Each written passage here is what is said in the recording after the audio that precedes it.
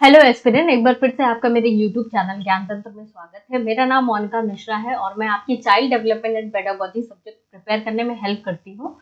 जैसा कि सीटेट का पेपर जुलाई में है और पेपर आने वाला है, उसी को ध्यान में रखते हुए आज हम दिसंबर 2019 का पेपर एनालिसिस करेंगे ऑफ पेपर 1 और चीज़ों को समझेंगे कि किस तरीके के क्वेश्चन आते हैं। मैंने अपनी प्रीवियस वीडियोस में जो हमारे पीवाईक्यू आपके 2024 का पेपर, 23 का, 21 का पेपर कराया हुआ है, तो प्लीज आप उसको जाके देखिएगा। मैं डिस्क्रिप्शन बॉक्स में लिंक दे दूंगी। नेक्स्ट आपसे फाइनल बस इतनी सी रिक्वेस्ट है कि अगर मेरी वीडियो पसंद आती है तो प्लीज मेरे चैनल को सब्सक्राइब कीजिए और मुझे मोटिवेट कीजिए कि मैं और ऐसे वीडियोस लेके आ सकूं। तो please subscribe my channel. Next, without wasting time हम अपना वीडियो स्टार्ट करते हैं। क्वेश्चंस को देखते हैं कि किस तरीके के क्वेश्चन आए थे, तो हमें पैटर्न में चेंजेस एनालाइज होंगे और हम और अच्छे से चीजों को कर पाएंगे। तो पहला क्वेश्चन देखिए, the most critical period of acquisition and development of languages. अब जो हमें critical period of development of language बताना है कि बच्चे का जो आप भाषा का विकास होता है किस में बहुत ही ज्यादा क्रूशियल पीरियड कौन सा होता है। अब हम बच्चों के स्टेजेस ऑफ डेवलपमेंट की बात करें तो सबसे पहला क्या आता है, आपका प्रीनेटल आता है, फिर उसके बाद आपका कौन सा आता है, इन्फेनेसी, देन चाइल्डहुड जो हमारा अर्लीहुड और आपका मिडिलहुड में डिसाइडेड है, सॉरी डिवाइडेड है। Next adolescence, then adulthood. ये सीक्वेंस आप लोग को याद होना चाहिए। हम इस क्लास में रिवीजन भी करते हुए चलेंगे ताकि आपका जो पूर्व ज्ञान है, जो आपका प्रीवियस नॉलेज है, वो रिवाइज होता है। तो प्रीनेटल क्या होता है, जब बच्चा माँ के गर्भ में रहता है, मतलब बिफोर द बर्थ। इन्फेनेसी में क्या होता है, 0 to 2 एज होती है। अर्ली चाइल्डहुड में आपका अर्ली चाइल्डहुड आपका 2 to 7 होती है और आपका मिडिल चाइल्डहुड 4 to 7 रहती है। 7 to 11 आपका क्या होता है, ये इसकी एज होती है। 15 to अप आप कह सकते हो कि अडल्टहुड आपका होता है। तो अगर हम एक कॉमन सी बात करें तो जो बच्चे का प्रीनेटल में तो बच्चा लैंग्वेज डेवलपमेंट सीखने के लिए माँ के गर्भ में है। मिडिलहुड में बच्चा ऑलरेडी 4 वर्ष में बहुत सारे मतलब अच्छे से बोलना सीख चुका होता है। एडोलेसेंस में तो बच्चा एक तरीके से मैच्योरिटी की तरफ बढ़ता है। तो अगर हम ये देखें तो अर्ली चाइल्डहुड में जो बच्चे का acquisition of language and development बहुत ही तेजी से होगा। तो हमारा जो राइट आंसर होगा वो अर्ली चाइल्डहुड होगा। तो second will be right answer. Next question देखिए, which of the following is a stage of moral development proposed by Lawrence Kohlberg. अब लॉरेंस कोलबर्ग ने मोरल डेवलपमेंट थ्योरी दी थी जिसमें इन्होंने 3 आपके लेवल बताए थे और 6 आपके स्टेजेस बताई थी। जिसमें से इसमें पूछ रहा है कि कौन सा ये जो ऑप्शन है इसमें कौन सा ऐसा स्टेज है जो लॉरेंस कोलबर्ग के द्वारा दिया गया है। लेटेंसी स्टेज किसके द्वारा दिया गया है, सिगमंड फ्रॉइड के द्वारा दिया गया है। कॉन्क्रीट आपका किसके द्वारा दिया गया, जीन प्याजे के द्वारा दिया गया है। और आपका इंडस्ट्री एंड इंफीरियर स्टेज किसके द्वारा दिया गया, एरिक एरिक्सन के द्वारा दिया गया। लेकिन सोशल कॉन्ट्रैक्ट की फेज आपकी किसके द्वारा दी गई है, लॉरेंस कोलबर्ग के द्वारा दी गई, जो आपके पोस्ट लेवल में, पोस्ट कन्वेंशनल लेवल में 5th स्टेज है। आपकी पोस्ट कन्वेंशनल लेवल में आपकी 5th स्टेज है, सोशल कॉन्ट्रैक्ट ओरिएंटेशन। तो right answer will be second.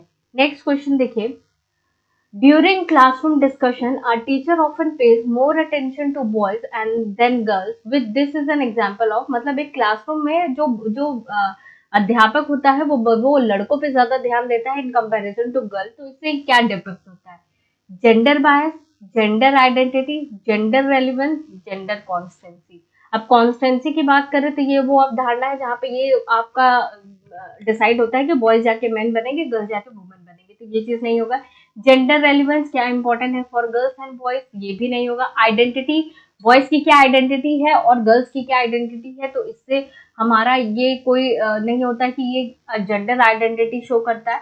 लेकिन अगर हम जेंडर बायस की बात करें तो हाँ, कहीं ना कहीं वो टीचर बायस है, लड़कों पे ज्यादा ध्यान दे रहा है इन कंपैरिजन टू गर्ल। तो right answer will B gender bias. Next question देखिए, which of the following is an effective strategy to reduce children gender stereotyping and gender role conformity। अब हमें क्या मतलब कौन सी ऐसी इफेक्टिव स्ट्रैटेजी जहां पे हम जेंडर स्टीरियोटाइपिंग को क्या कर सकते हैं, रिड्यूस कर सकते हैं और जेंडर रोल कन्फॉर्मिटी को भी रिड्यूस किया जा सकता है। जेंडर रोल कन्फॉर्मिटी के बारे में बात करें तो यहाँ पे क्या होता है, हम कल्चर के बेसिस पर हम लड़का लड़की का क्या रोल डिसाइड करते हैं कि लड़के के लिए क्या रोल है और लड़के लड़की के लिए क्या रोल है। तो इस चीज को अगर हमें इस कॉन्सेप्ट को रिड्यूस करना है तो क्या इफेक्टिव स्ट्रैटेजीज को यूज करना पड़ेगा। डिस्कशन अबाउट जेंडर बायस, हमें डिस्कस करना चाहिए कि जेंडर बायस के बारे में, या एम्फेसिस जेंडर स्पेसिफिक रोल, या जेंडर स्पेसिफिक रोल के बारे में डिस्कस करना चाहिए कि क्या किसके लिए रोल है। या सेग्रीगेट प्ले ग्रुप्स, हमें क्या प्ले ग्रुप में सेग्रीगेट कर देना चाहिए on the basis of gender, लड़का की लाइन अलग लड़के की लाइन अलग, नहीं। या सेग्रीगेटिंग आपका सिटिंग अरेंजमेंट, तो सिटिंग अरेंजमेंट के अकॉर्डिंग आप अलग कर देना। तो सेग्रीगेट वर्ड आपका निगेटिव वर्ड होता है, ये अगेंस्ट लॉ है, तो ये ऑप्शन तो नहीं होगा। अगर हम बच्चों को जेंडर स्पेसिफिक रोल पे स्पेसिफाई करेंगे तो वहां पे स्टीरियोटाइपिंग बढ़ जाएगी, ना कि घटेगी। लेकिन अगर हम डिस्कस करेंगे जेंडर बायस क्या होता है, क्या चीज करनी होनी चाहिए, क्या चीज नहीं होनी चाहिए, तो इससे बच्चों की जेंडर स्टीरियोटाइप एंड रोल कॉन्फॉर्मिटी क्या होगी, डिक्रीज होगी। तो right answer will B 1। Next question देखिए, which of the following theorists, while viewing children as active seeker of knowledge, emphasized the influence of social and cultural content on their thinking? On their thinking, ये नीचे हो गया, ये यहाँ पे होगा on their, मतलब कि ऐसा कौन सा आपके फिलोसफर थे, थ्योरिस्ट थे, जिन्होंने ज्यादा इम्फेसिस किस पे दिया, सोशो और सोसाइटिकल और कल्चरल फैक्टर पे दिया कि बच्चे के कंस्ट्रक्शन और नॉलेज में ये बहुत इंपॉर्टेंट रोल प्ले करती है। तो अगर हम बात करेंगे सोशो कल्चर एस्पेक्ट की, तो ये किसके ने दिया था, वाइगोस्की साहब ने इसकी बात की थी। इन्होंने 3 फैक्टर को क्या बताया था, इंपॉर्टेंट बताया था, सोशल इंटरेक्शन,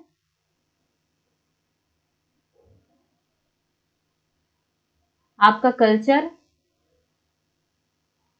और लैंग्वेज को एज अ टूल बताया था कि ये जो 3 चीजें होती है एज अ पिलर काम करती हैं और बच्चे के डेवलपमेंट में हेल्प करती हैं। ठीक, तो सोशो, इसीलिए इस थ्योरी का नाम पड़ा था सोशो कल्चर एस्पेक्ट, नाम पड़ा था। और ये हमारी जो थ्योरी है ये वाइगोस्की साहब ने दी थी। तो right answer will be second will be right answer. Next question देखिए, while working on jigsaw puzzle, 5-year-old Nazma says to herself, "Where is the blue piece? No, not this one. Darker one that would go here and made the shoe." This kind of talk is referred to by Vygotsky as। अब एक छोटी सी बच्ची है जो jigsaw puzzle के द्वारा अपने आप को डायरेक्ट करती है, अपने से बात करती है और पूछती है कि ब्लू पीस कहाँ है और कौन सा डार्कर वन है, इस तरीके से अपने आप को डायरेक्ट करती है। तो अकॉर्डिंग टू वाइगोस्की बच्चे के अंदर कौन सी टॉक है। अब वाइगोस्की ने 3 स्पीच की बात की थी, किसकी, पहले तो प्राइवेट स्पीच की बात की थी, देन आपके इनर स्पीच की बात की थी, नेक्स्ट सोशल स्पीच की बात की थी। जब आप समाज से डायरेक्टली इंटरेक्ट करते हो तो वो सोशल स्पीच होती है। प्राइवेट स्पीच जब आप खुद को डायरेक्ट करते हो लेकिन वो जो टॉक होती है वो लाउड होती है। इनर जब आपके आंतरिक मन में चली जाती है, मतलब कि आप अंदर ही अंदर अपने से बात करो, डायरेक्ट करो, वो इनर स्पीच हो जाएगी। तो यहाँ पे बच्चा क्या कर रहा है, ऑप्शन देखिए, private speech, talk loud, scaffolding, egocentric speech. तो आंसर क्या होगा, प्राइवेट स्पीच। क्यों, क्योंकि बच्चा अपने आप को डायरेक्ट कर रहा है, अपने से बात कर रहा है। अकॉर्डिंग टू वाइगोस्की उन्होंने प्राइवेट स्पीच के बारे में बात की थी। बच्चा टॉक अलाउड ये नहीं होगा, स्कैफोल्डिंग टेम्परेरी हेल्प होती है। और आपका ईगोसेंट्रिक मतलब अहम केंद्रित, बच्चा अपने बारे में सोचता है ना कि किसी और के बारे में सोचता है। नेक्स्ट क्वेश्चन देखिए, giving cues to children and offering support as when needed is an example of. बच्चों को सपोर्ट देना, क्यूज देना, हिंट देना, ये किसका एग्जाम्पल है। ऑप्शन देखिए, रीइंफोर्समेंट, कंडीशनिंग, मॉडलिंग या स्कैफोल्डिंग। अब रीइंफोर्समेंट मतलब बार बार एक ही चीजों को रिकॉल कराना, ठीक, और आप कह सकते हो कि बार बार एक ही चीज को रिपीट करना, तो इससे ये कोई आपका सपोर्ट का एग्जाम्पल नहीं है। देन कंडीशनिंग की बात करें तो एक ही बिहेवियर को बार बार रिपीट करा के सिखाना, ये भी कोई आपका सपोर्ट की बात नहीं है। या मॉडलिंग किसी की मतलब आप किसी की एक्टिंग करना, प्ले एक्शन करना, तो वो चीज भी नहीं है। ये हमारा क्या है, एक स्कैफोल्डिंग है। स्कैफोल्डिंग एक हमारी टेम्परेरी हेल्प होती है जो हमें एमकेओ के द्वारा मिलती है, और एमकेओ के द्वारा जो हेल्प मिलती है उस पूरे प्रोसीजर को ही स्कैफोल्डिंग कहते हैं। तो right answer will be 4। Next question देखें, which of the following behavior categorize the concrete operational stage as proposed by Jean पियाजे। अब जीन पियाजे के द्वारा कॉन्क्रीट ऑपरेशनल स्टेज के कैरेक्टरिस्टिक आपको बताना है। तो आपको स्टेजेस ध्यान होनी चाहिए। सबसे पहला क्या आता है, सेंसरी। दूसरा क्या आता है, प्री ऑपरेशनल। तीसरा क्या आता है आपका, कॉन्क्रीट। फोर्थ क्या आता है आपका, फॉर्मल। अब हमें किसका कैरेक्टरिस्टिक बताना है, कॉन्क्रीट ऑपरेशन का बताना है। तो हाइपोथेटिको डिडक्टिव रीजनिंग थॉट्स किस में जाता है, फॉर्मल ऑपरेशन में जाता है। कंजर्वेशन एंड क्लास इंक्लूजन किस में जाता है आपका? कॉन्क्रीट में जाता है, जहाँ पे बच्चे के अंदर कंजर्वेशन वाला कॉन्सेप्ट आपका क्या हो जाता है? क्लियर हो जाता है। Deferred imitation and object permanence वाली स्टेज आपकी किस में जाती है? सेंसरी में जाती है। ठीक, next make believe plan irreversibility of thought किस में जाता है आपका? प्री ऑपरेशनल में जाता है। तो होपफुली सारे आपको क्लियर हो गए कौन सा कैरेक्टरिस्टिक किसका है। ठीक, तो right answer will B conservation, जहाँ पे बच्चे मतलब अगर किसी भी सामान को एक रूप से दूसरे रूप में ढाल लिया जाए तो उसको बच्चों को ये चीज समझ में आ जाता है कि उसके वॉल्यूम में, शेप में किसी भी तरीके का कोई अंतर नहीं पड़ेगा, उसका वॉल्यूम वैसा ही रहेगा, मास वैसा ही रहेगा। तो right answer will be second.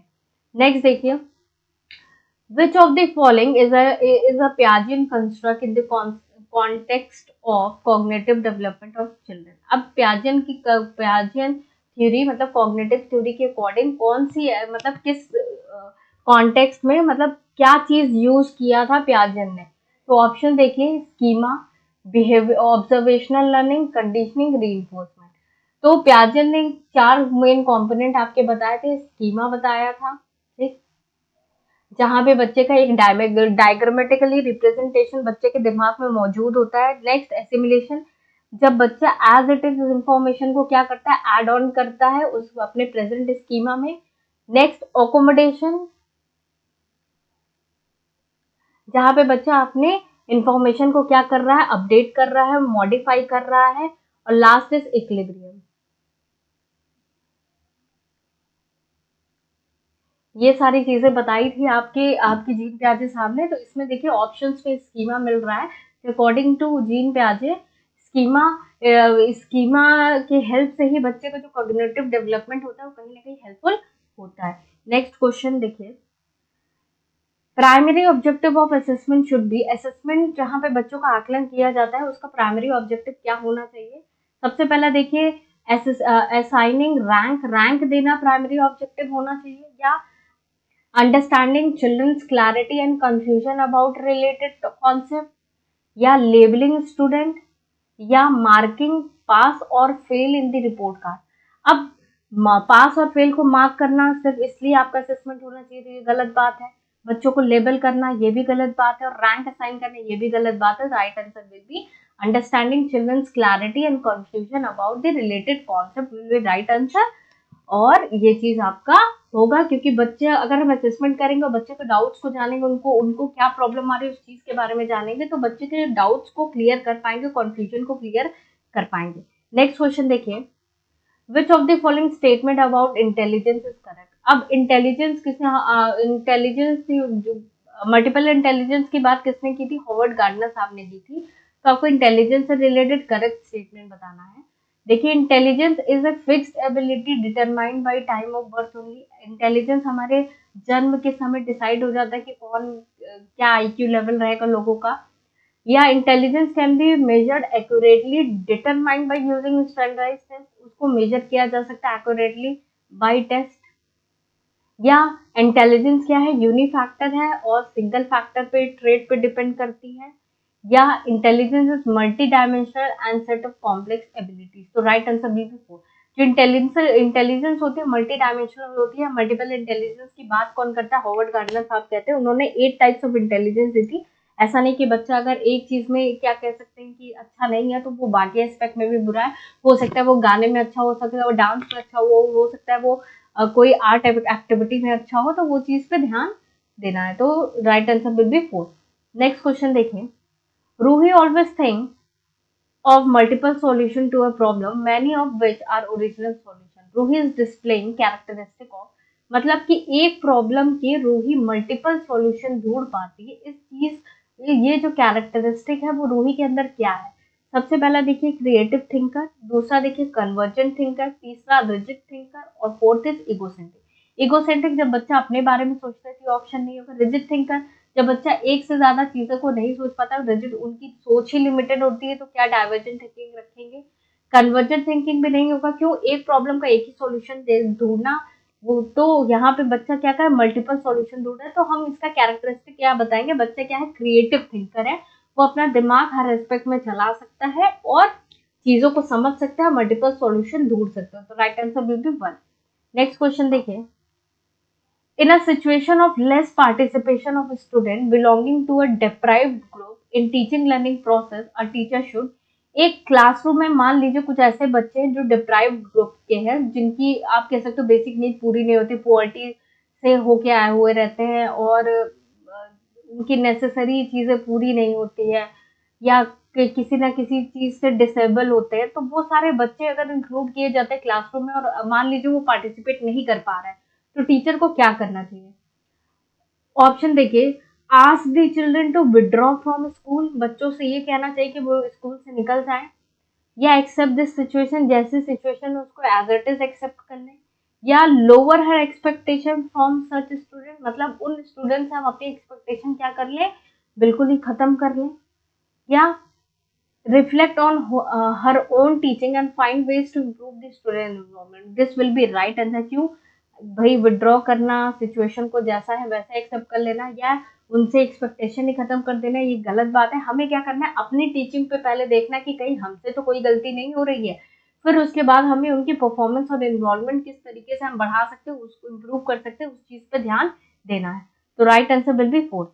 Next question देखिए, in an inclusive classroom, a teacher dash individualized education plan. अब individualized education plan वो प्लान होता है जो हम हर एक बच्चे की नीड के अकॉर्डिंग हम चीज़ों को प्लानिंग करते हैं कि किस तरीके से बच्चे के जो कमी आ रही है उस चीज़ को हम क्या कर सके, दूर से कर सके। इंक्लूसिव एजुकेशन आपको पता है, नॉर्मल स्टूडेंट के साथ चाइल्ड विथ स्पेशल नीड वाले बच्चे भी रहते हैं, और वो जो बिना किसी मतलब डिस्क्रिमिनेशन के, चाहे वो किसी कास्ट के हो, चाहे वो किसी कलर के हो, चाहे वो किसी रेस के हों, ठीक,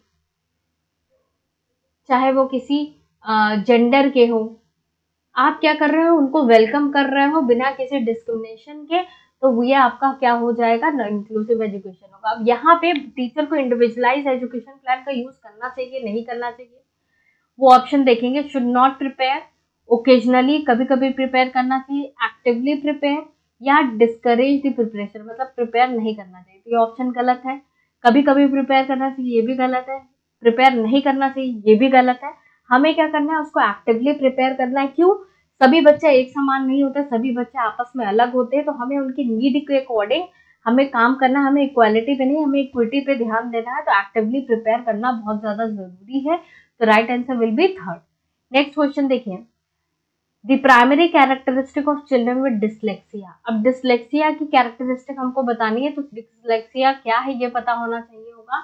ये हमारा क्या है, एक रीडिंग डिसऑर्डर है, जहाँ पे बच्चों को डिकोड करने में, बच्चों को कंप्रीहेंड करने में, लेटर्स को समझने में दिक्कत होती है। भाई बी है तो डी समझेगा, 100 है तो बहुत समझेगा, मतलब वो समझ नहीं पाते चीजों को और उनको पढ़ने में दिक्कत होती है। तो ऑप्शंस देखिए, अटेंशन डेफिसिट डिसऑर्डर, ये तो क्या है, हमारा एडीएचडी है, तो ये नहीं होगा। देन डाइवर्जेंट थिंकिंग है, फ्लुएंट बच्चा बहुत अच्छा होता है पढ़ने में, ये भी नहीं होगा। Then inability to read fluently, बच्चा पढ़ नहीं पाता है चीजों को, this will be right answer. Last देखिए, लोकोमोटर एक्शन, लोकोमोटर एक्शन जहाँ पे बच्चा मतलब चलने में असमर्थ होता है, एक जगह से दूसरी जगह नहीं चल पाता, तो ये आंसर विल बी नहीं होगा। तो right answer will be 3rd, inability to read fluently. Next question देखिए, the concept of inclusive education as advocated in the Right of Education Act 2009 is based on। अब RTE 2009 क्या कहते हैं, सभी बच्चों को जो जो 6 से 14 वर्ष के बच्चे, उनको हम फ्री एजुकेशन दे, फैसिलिटीज दे और उनकी बेसिक नीड को पूरा कर पाए। तो इस RTE एक्ट के अकॉर्डिंग जो इंक्लूसिव एजुकेशन है वो किस प्रिंसिपल पे बेस्ड होनी चाहिए? पहला देखिए, बिहेवियरिस्टिक प्रिंसिपल, दूसरा sympathetic principle, attitude towards disabled, right, तीसरा राइट बेस्ड ह्यूमनिस्टिक पर्सपेक्टिव, या main streaming of disabled by offering them primarily vocationally education, मतलब कि जो डिसेबल बच्चे हैं उनको वोकेशनल एजुकेशन देना, नॉन एकेडमिक चीजों पे ज्यादा ध्यान देना, एकेडमिक चीजों पे ज्यादा ध्यान नहीं देना, उनको पहले वो चीज सिखाना। तो ये ऑप्शन आपका क्या है, गलत है। इस तरीके से ये प्रिंसिपल इंक्लूसिव एजुकेशन काम नहीं करता है। देन बिहेवियरिस्टिक प्रिंसिपल, बिहेवियर पर डिपेंड होना, नहीं। सिंपैथी, हमें सिंपैथी नहीं रखनी है, बच्चों की तरफ दया की भावना नहीं रखनी, वो भी अपने में सक्षम है चीजों को करने के, तो ये भी ऑप्शन नहीं होगा। हमें एक मानवता वाले अप्रोच रखनी है, हमें हमें इस चीज पे ध्यान देना है, ह्यूमनिस्टिक पर्सपेक्टिव में ध्यान देना है कि हम जो चीज के लिए काबिल है, एक नॉर्मल बच्चे के पास जो राइट होता है, तो एक डिसेबल बच्चे के पास भी वही पूरे राइट है। हमें उनके तरफ एक मानवता की भावना रखनी चाहिए कि वो भी हमारे एक समान है, उनमें उनके साथ हीन भावना नहीं रखनी चाहिए। ये आपका क्या हो जाएगा, राइट आंसर हो जाएगा, are right based on humanistic perspective. Next question देखिए, in the constructive framework learning is primarily, एक कंस्ट्रक्टिव फ्रेमवर्क मतलब एक क्लास जहाँ पे बच्चा एक्टिवली कंस्ट्रक्ट करता है अपनी इंफॉर्मेशन को, नॉलेज को, तो लर्निंग क्या मतलब फोकस करना चाहिए, प्राइमरली क्या लर्निंग किस चीज पे बेस्ड होनी चाहिए। पहला ऑप्शन देखिए, बेस्ड ऑन रूट मेमोराइजेशन, क्या रटने पे बेस्ड होनी चाहिए, तो ये ऑप्शन गलत है। सेंटर्ड अराउंड रीइंफोर्समेंट में को सेंटर में रख के चीजों को करना चाहिए, ध्यान देना चाहिए, तो ये भी ऑप्शन कहीं ना कहीं गलत है। देन एक्वायर थ्रू कंडीशनिंग, भाई एक ही बिहेवियर को बार बार रटा के लर्निंग को कराना चाहिए, तो वो चीज भी गलत है कि एक ही बिहेवियर बार बार रिपीट कर रहे हैं ताकि बच्चा सीख जाए। लास्ट ऑप्शन देखिए, focus on the process of meaning making, this will be right answer. क्यों, हम जो बच्चों को सिखा रहे हैं बच्चा समझ सके कि क्या वो सीख रहा है, इसीलिए कहा जाता है कि जो भी आप सिखा रहे हो वो रियल लाइफ से रिलेट करके सिखाओ, क्योंकि बच्चा जो देखता है चीजें अपनी जिंदगी में, उस चीज को अच्छी तरीके से सीख पाता है, समझ पाता है कि क्यों हो रही है, कैसे हो रही है। तो right answer will be focused on the process of meaning making, तो fourth will be correct answer. Next question देखिए, naive theory is that children construct about various phenomenon. अब नेव थ्योरी क्या है आपकी, नेव थ्योरी आपकी common sense theory नाम से भी जानी जाती है। इससे क्या है, बच्चे की जो अपनी थिंकिंग मतलब ये आपका कह सकते हैं कि इमोशनल अंडरस्टैंडिंग है, जहाँ पे बच्चा अपने सोच के बारे में मतलब अपने बारे में और दूसरे के पर्सपेक्टिव के बारे में भी समझता है, जिससे बच्चे का कॉन्सेप्चुअल डेवलपमेंट होता है, चीजों को समझता है, सोचता है, जिससे उनका कॉग्निटिव ग्रोथ अच्छी होती है। तो इस चीजों को टीचर को क्या करना चाहिए, इस क्वेश्चन में बताना है आपको। सबसे पहला देखिए, should be ignored by teacher, क्या इग्नोर कर देना चाहिए, तो ये गलत बात है, ठीक। Then should be punished by teacher, punishment देना चाहिए ऐसी मतलब ऐसे कंस्ट्रक्शन में, ऐसे सोच में, ऐसे कॉन्सेप्चुअल डेवलपमेंट में, तो ये चीज भी गलत है, ठीक। Should be replace by correct one through repetitive memorisation, इसको रिप्लेस कर देना चाहिए, मतलब ये तरीका नहीं है, ये भी गलत है। देन देखिए, should B challenge by presenting counter evidence and example, बिल्कुल सही। जो मान लीजिए बच्चा क्या सोच रहा है और किसके बारे में किस तरीके से सोच रहा है, उस चीज को टीचर को क्या करना चाहिए, with the help of presenting counter evidence and example, मतलब मान लीजिए डिमॉन्स्ट्रेशन देना, चीजों को बताना। इससे क्या होता है, बच्चा जो सोच रहा है, जो दूसरे के बारे में सोच रहा है या फिर खुद के बारे में सोच रहा है, उसके दिमाग में जो भी चीज चल रहा है वो काउंटर अटैक करता है और चीजों को समझते हैं क्या वो जो सोच रहा है वो गलत है या सही है। इस चीज को टीचर को यूज करना चाहिए ताकि बच्चे की जो कंसेप्चुअल डेवलपमेंट है वो और अच्छा तरीके से हो सके। तो this will be right answer, fourth will be right answer. Next देखिए, चाइल्ड सेंटर पेडागोजी प्रमोट्स। अब चाइल्ड सेंटर पेडागोजी का है जहां बच्चे को सेंटर में रख के चीजों को डेवलप किया जाता है, पेडागोजिकल को पेडागोजीज को डेवलप किया जाता है। ये क्या प्रमोट करनी चाहिए, exclusive reliance on text book, text book पे क्या बेस्ड होती है आपकी चाइल्ड सेंटर, तो ये गलत है। Giving primacy to children experience, मतलब कि आपको क्या देना है, इंपॉर्टेंट सबसे पहले चिल्ड्रन एक्सपीरियंस को देना है, देन अदर थिंग को देना है, तो ये आपका राइट ऑप्शन है। और ऑप्शन देख लीजिए, रूट मेमोराइजेशन रटना, ये गलत है। बच्चों को लेबलिंग करना, कैटेगराइजेशन करना, तो ये भी बिल्कुल ही गलत है। तो right answer will be giving primacy to child children experience. Next question देखिए, emotion and cognition are dash each other. अब आपको ये बताना है कि इमोशन कॉग्निशन क्या है। अब इमोशन की अगर बात करें तो कह सकते हैं फीलिंग, और अगर कॉग्निशन की बात करें तो माइंड। आप खुद देखिए, अगर आप बहुत ज्यादा सैड होते हैं तो आपका दिमाग क्या होता है, काम नहीं करता है। और अब अगर मैं आप बोलूं कि आप डिसीजन लीजिए, तो आपका कहीं ना कहीं डिसीजन क्या हो जाएगा, रॉन्ग हो जाएगा, जिसकी वजह से आपको प्रॉब्लम फेस करनी पड़ती है। तो कहीं ना कहीं हम ये कह सकते हैं कि दोनों ही एक साथ ही चीजें चलती हैं, फीलिंग एंड माइंड। आप भाई आपकी फीलिंग कहीं ना कहीं आपके डिसीजन में, आपके माइंड पे इफेक्ट करती है, और एक शांत आप कह सकते हो कि दिमाग के लिए आपको अपने जो फीलिंग्स है, जो इमोशन है, उस पर कंट्रोल करना बहुत ज्यादा जरूरी। तो कह सकते हैं दोनों ही एक साथ साथ चीजें चलती है, तो दोनों सेपरेट नहीं है, इंडिपेंडेंट नहीं है कि अलग अलग है, ये इंटरवोवन है, मतलब कि साथ साथ चलना। तो ये आपका क्या है, इंटरवोवन विद ईच अदर, ठीक, नॉट रिलेटेड, ये भी ऑप्शन गलत है, right answer will be third. Next देखिए, Which of the following statement should about learning is correct from constructive perspective? अब कंस्ट्रक्टिव पर्सपेक्टिव क्या है, जहां बच्चा अपना नॉलेज को एक्टिवली कंस्ट्रक्ट करता है और चीजों को समझता है, तो उस लर्निंग के रिगार्डिंग आपको स्टेटमेंट, करेक्ट स्टेटमेंट बताना है। पहला ऑप्शन देखिए, learning is the process of reproduction and recall. सिर्फ प्रोड्यूस करना और रिकॉल करना, रखना, बार बार चीजों को देखना, तो वो लर्निंग इसको बताती है, इसको नहीं बताती है। Learning is the process of rote memorization, रटने की बात करती है, नहीं, ये भी गलत है। Learning is conditioning of behaviour by repetitive association. अब learning and conditioning of behaviour, यहाँ पे आपने लर्निंग थ्योरी इवेंट पैवलोव की पढ़ी होगी, जहाँ पे बार अगर बेल बजेगी तो मीट मिलेगा। कुत्ते को बार बार इस एक्टिविटी से ये पता चल जाता है कि ये होगा, बेल बजी तो मतलब मीट आएगा, चाहे मीट रखो चाहे ना रखो। तो अगर रेपिटेटिव बिहेवियर बार बार करेंगे तो एक एसोसिएशन क्रिएट हो जाएगी। तो क्या लर्निंग ये बताती है? नहीं, ये भी ऑप्शन गलत है। लास्ट देखिए, learning is the process of construction of knowledge by active engagement, मतलब बच्चा एक्टिवली पार्टिसिपेट करे।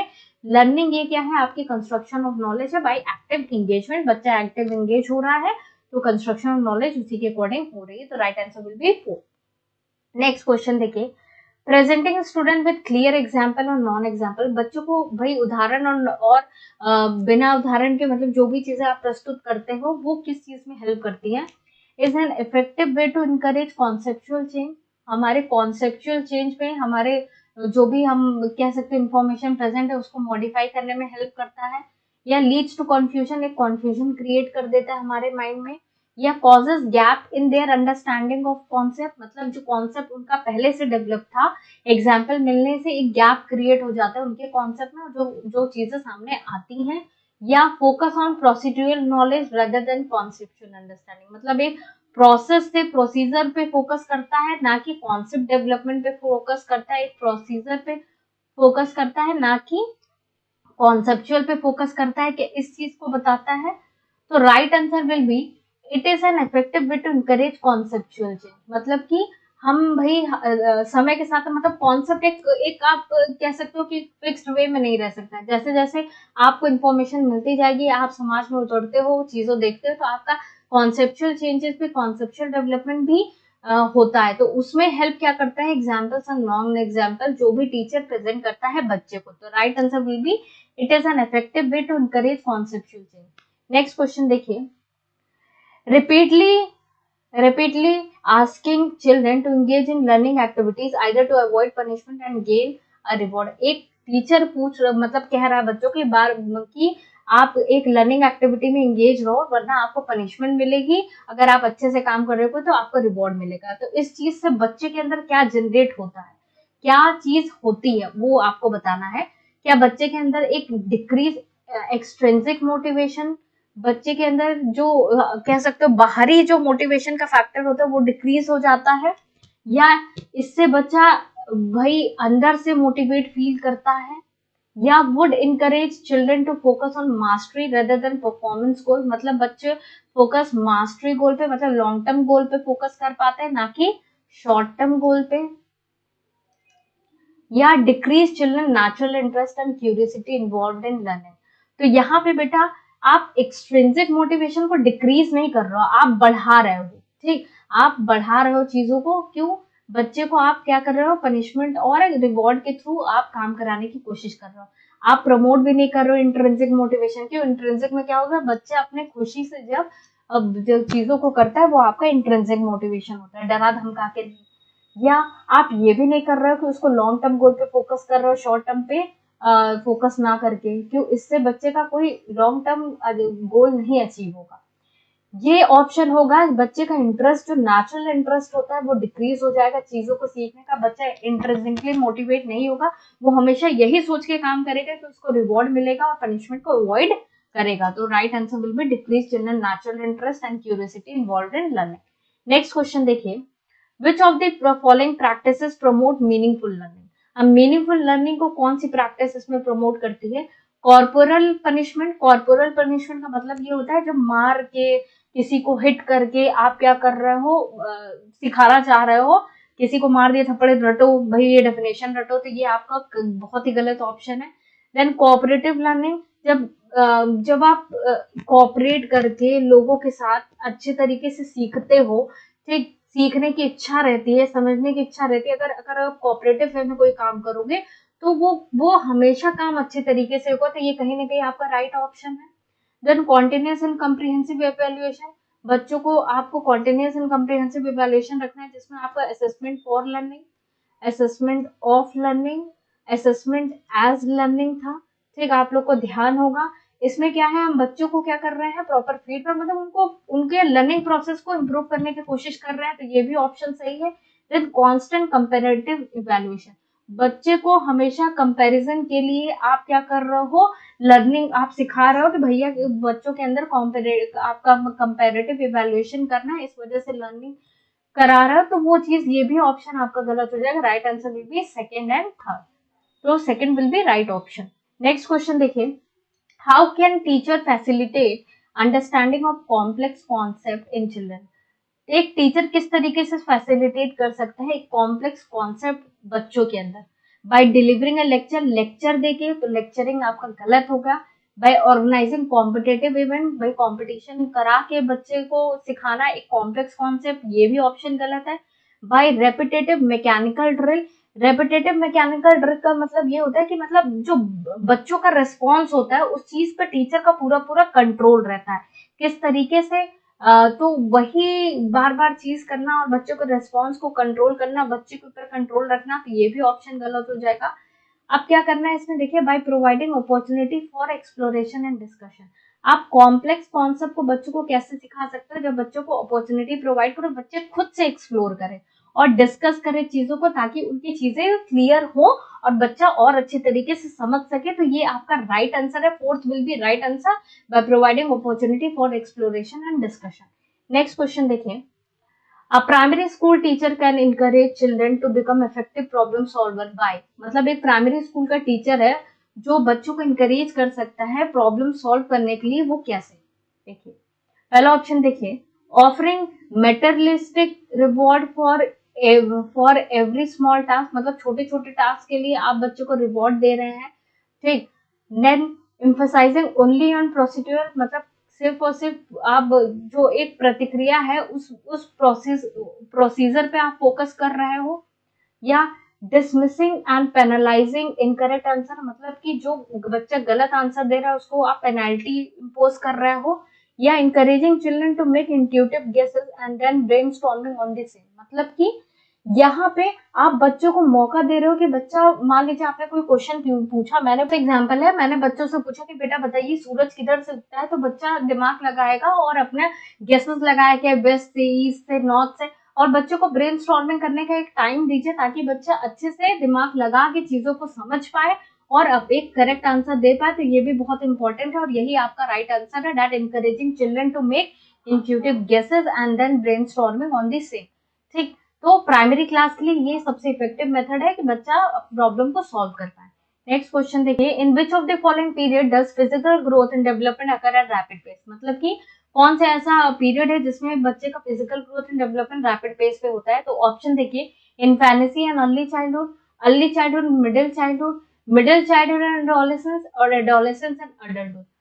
ठीक, अगर हम फिजिकल ग्रोथ की बात करें, डेवलपमेंट की बात करें, तो आप एडोलेसेंस में देखिएगा, अडल्टहुड में देखिएगा, एक टाइम के बाद आपका जो फिजिकल ग्रोथ होती है वो रुक जाती है, लेकिन जब आप बच्चे रहते हो, छोटे रहते हो, इन्फेनेसी एज से आपका अर्ली चाइल्डहुड तक आपकी जो डेवलपमेंट का रेट होता है वो बहुत ही तेजी से होता है, रैपिड पेस से होता है, फिर मिडिल चाइल्डहुड पे वो आपका स्लोज हो जाता है, फिर उसके बाद लड़कियों में आप कह सकते हो कि जो फिजिकल ग्रोथ होती है वो 18 तक ही रहती है, लेकिन लड़कों में 21 तक जाती है, तो जो रैपिड फेस होगा वो आपका इन्फेनेसी एंड अर्ली चाइल्डहुड का होगा।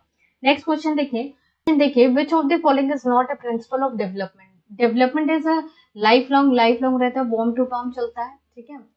Then development is modifiable, modified structure होता है, क्यों, हेरिडिटी और एनवायरमेंट से मिक्स होके बनता है, hereditary factor IQ level, mental physical आपका डिसाइड करती है, और एनवायरमेंटल जिस एनवायरमेंट में रहते हैं आप वो चीज डिसाइड करता है। Then development is influenced by both heredity environment, ये भी आपका सही है।